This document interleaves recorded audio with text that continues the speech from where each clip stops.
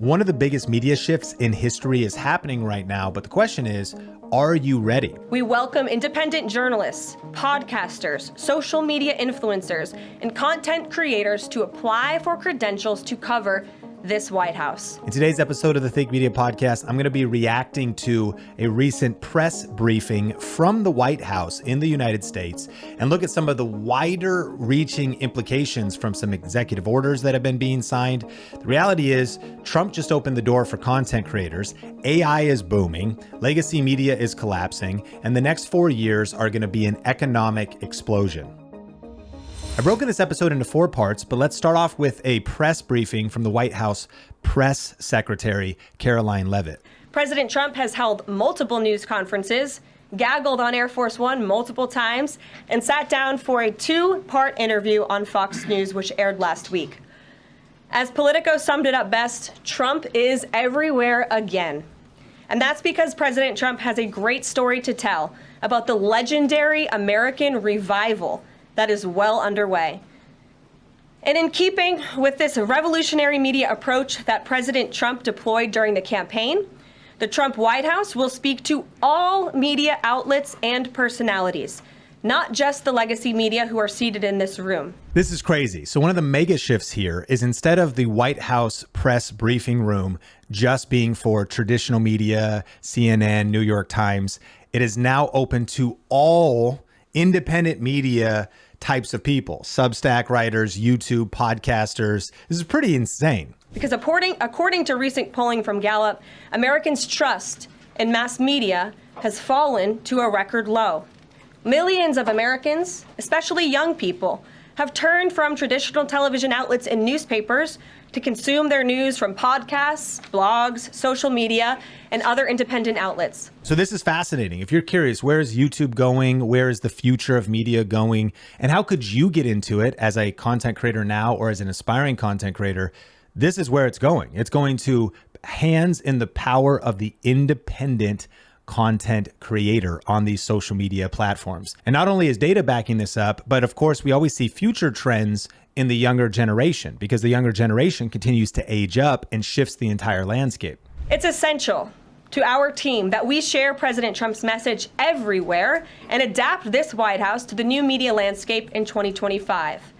To do this, I'm excited to announce the following changes will be made to this historic James S. Brady briefing room, where Mr. Brady's legacy will endure.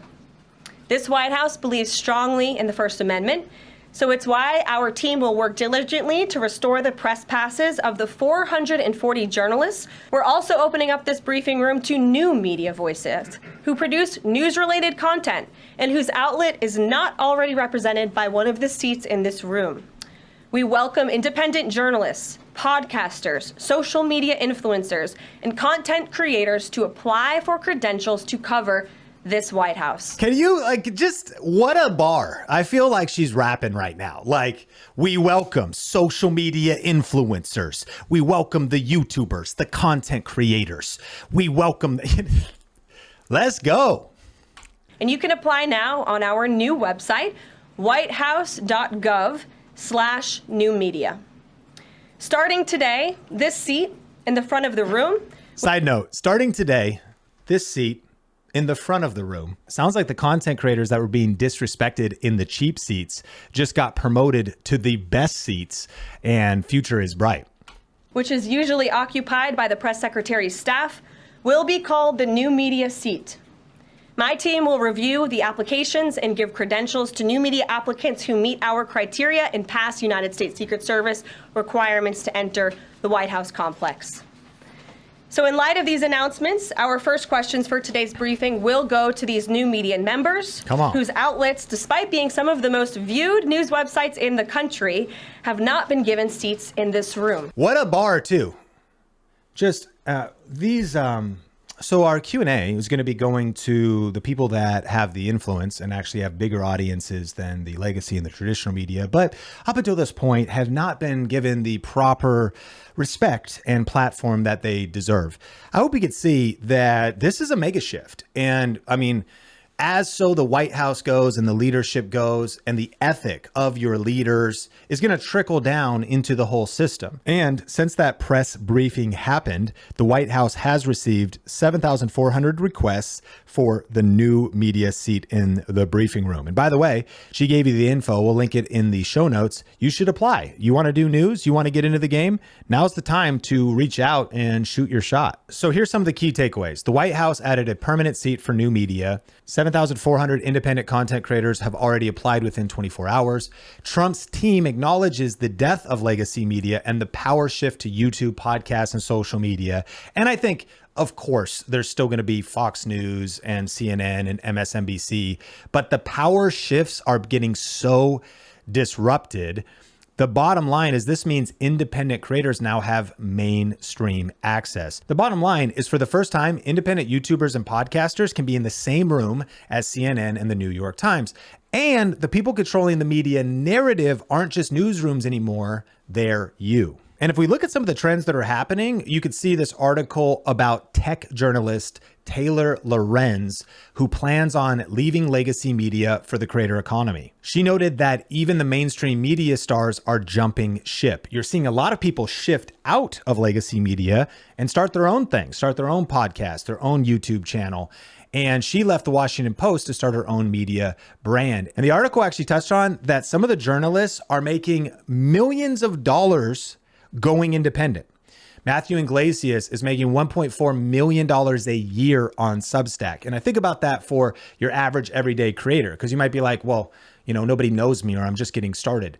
The practicality in a 2025 world of starting a $10K a year side hustle, a $25,000 a year side hustle, a six-figure media company while you're working your day job, tapping into this wave, you just got to open your eyes and pay attention. You can look at Johnny Harris, Cleo Abraham, both really legendary YouTube creators, massive solo success stories. The truth is this, the creator economy is now the real economy. Now, the second thing I wanted to touch on is really positioning yourself to maximize this current environment in the next 4 years. And while I know that talking about this stuff is going to ruffle feathers because people have such strong political opinions, the landscape's going to be the landscape. And my question is, for you and your family, for how you're positioning yourself, even if you're anti this current administration, one of the fascinating things is actually those that are like anti-Trump do incredibly well when he is in office because they have a lot to talk about.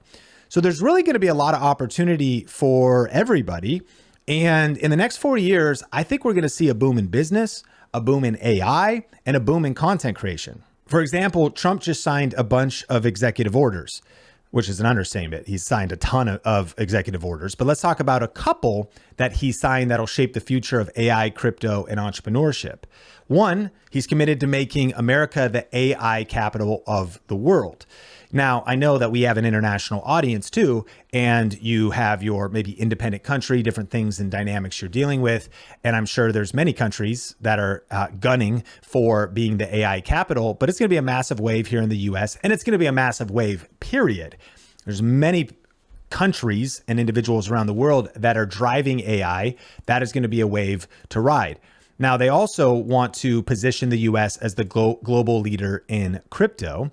They're also launching a science and tech advisory commission. And then they're also pushing for lower interest rates and pro-business policies. So let me just propose to you a thought. If you're living here in the US, if you look at pro-business policies, lower interest rates, and the things that are going to be rolling out, you got to ask yourself, why are you waiting to start your side hustle? You got to ask yourself, why are you waiting to go all in to start that YouTube channel, to start that UGC business, user-generated content, to start that social media platform, that podcast, and lean into access to capital, access to the momentum of what's happening now, access to a pro-small business administration that's going to put wind in your sails. Doesn't mean it's going to be easy. You still got to put in the work.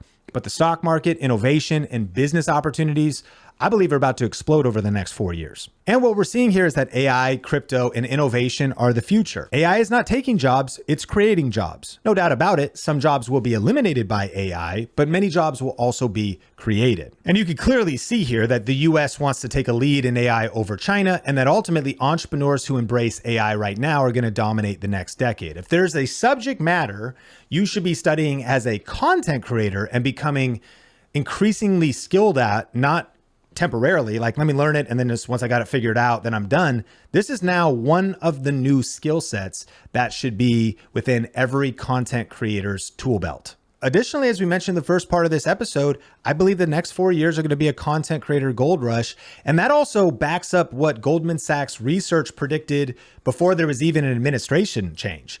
They said that basically the creator economy is going to double between now and 2027. That means the entire money in the system, the total addressable market, is going to double in the next 2 years. The next 2 years are really going to be the best 2 years to start a YouTube channel, start a podcast, get in the game. And so what I'm hoping to get across in this episode is that the next 2 to 4 years could be one of the biggest wealth shifts in history that we've seen. But the question is, again, how are you preparing for it? How are you positioning yourself? How are you skilling up? How are you learning? Let's dive into part 3 of this conversation. I wrote down 5 ways that content creators can take advantage of this shift. Number 1, trend surfing and covering press briefings. And I would say more broadly, the news in general. What we're hearing is that White House content is now fair game for YouTubers, podcasters, and independent media. So really, no matter what side you're on, reacting, fact-checking, analyzing press briefings can lead to massive engagement if you are in that niche. And then just trend surfing in general, leveraging breaking news, viral moments could be a huge content play for you in 2025 and beyond. Number 2, it's time to start your channel, start your YouTube channel, start your podcast, start your newsletter. Traditional media is dying. The new CNN isn't CNN, it's independent creators. And creators are building 7-figure media brands. And so that means there's going to be a few thousands that are going to build $1 million businesses, tens of thousands that are going to build 6-figure business, but hundreds of thousands that are going to start building niche focused, long tail opportunity, independent types of YouTube channels. I'm not just talking about news. I'm talking about around anything that you are passionate about. Now's the time to get into the creator economy. Number 3, the expansion of fair use for content creators. Understanding and mastering fair use is probably one of the most important things you should be thinking about in 2025, because the fair use landscape is evolving, allowing more flexibility to creators. But let's think about it this way. From the White House down, they are clearly pro independent creator, YouTuber in their mom's basement. They're like, hey, we're going to give you guys a seat. Use the press briefings, get into the game. So this is a big mindset shift. Think about for sports, game highlights, reactions, film and TV, breakdowns, cultural commentary. There's already people doing this. We're just seeing that the pendulum is swinging further in this direction towards fair use opportunities. It's not away from it. News media, press briefings, interviews, analysis, repurposing content, being a content aggregator. You sometimes might think, man, there's so much content, it's too noisy. How do I get in the game?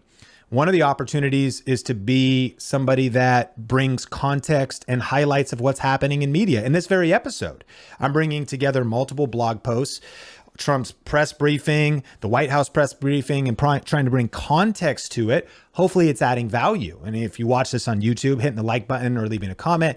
And of course, on the podcast, rate, review, leave some stars on Spotify, share this. It really helps get the word out. But ultimately, you understanding how to legally repurpose and react to content is a game changer for creators that are working from home studios and in their basements. Number 4 is we're seeing a power shift to podcasting and long form conversations. This has broader implications because I think this also speaks to polished media personalities in sound bites is not cutting it for what the public expects now. People want long form conversations. People are used to and hungry for 2 and 3 hour conversations on the Joe Rogan podcast, on the 16 to 20 different podcasts that Donald Trump went on. And it's interesting because Kamala Harris only went on a handful and they weren't super deep and super long conversations. We're kind of entering into this era where being on these alternative media platforms and having a level of more transparency, more authenticity, you really can go 10, 20, 30 layers deep with a person. How much do they know? How much can they articulate what it is, the depth they have, as opposed to just talking a few things they learned on AI in a long form conversation environment. So if you're an entrepreneur, a business owner, a creator, now's the time to build your personal brand. Now's the time to launch that podcast. Now's the time to take social media seriously. I understand the objection that, it's getting crowded. And that's true. It gets more crowded every day. But those who figure out how to communicate in the new media language, those who figure out their unique point of difference, those who are consistent and outwork the majority of people that give up after trying it for 3 days or 3 weeks, can really get insane upside return from investing not in where media is now, but where it's going. And then number 5 is any niche or channel topic that you want to start, I believe has opportunity, but AI, tech, and crypto are gold mines if you're thinking about starting a new channel. And so we specialize in helping people build YouTube channels here at Think Media. And we have students and people in our community that have cooking channels and Star Wars hobby, comic book channels, gaming, anything you can think of, right? Gardening. And there's people all around the world, and a platform like YouTube gives you a chance to find your community, find your tribe, connect with your 1,000 true fans.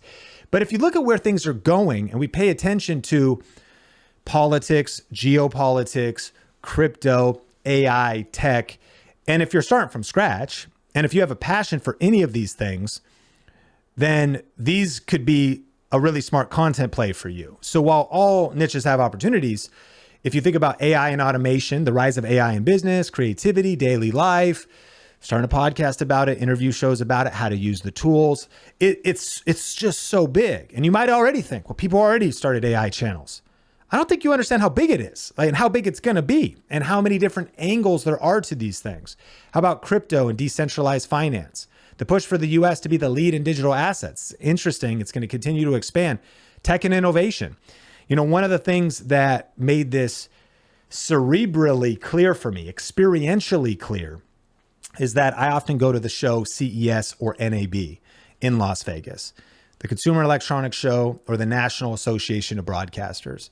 And I'm always blown away by how diverse. You say something like tech, and you might not be aware that 200,000 people fly to Vegas every year to go through the biggest there's like 7 different huge conference halls. And there's everything from smart home to robots to consumer watches and wearables to TVs. So even when you say tech, the long tail of tech, there's like $1 trillion in the industry. There's thousands of niches within the niches within the niches within tech, maybe tens of thousands. And you figuring out like a small place in that ecosystem where you could kind of be a specialist, or you don't even have to be an expert, just where maybe you interview people on a particular 3D printing, and that's just one aspect of tech.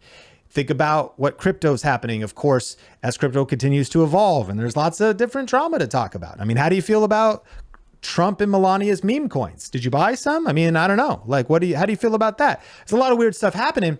Point is, get into the game and be thoughtful about what niche you pick, how you position your channel. All right, so let's land the plane and get into part 4 of this conversation. But before we do, I did want to give you a heads up. If you haven't heard, I am giving away free copies of the updated 2nd edition of my book, YouTube Secrets. If you go to ytsecrets.com or just click the link in the show notes, all you got to do is pay shipping and I will mail you the updated edition, 90 new pages. We deleted some chapters. We added some new chapters. And there's a couple cool bonuses that come with this as well. You actually get access to a free deep dive training. If you're looking to create an edge on YouTube, what's working now? What's changed? How do you get your first 1,000 subscribers? How do you get views?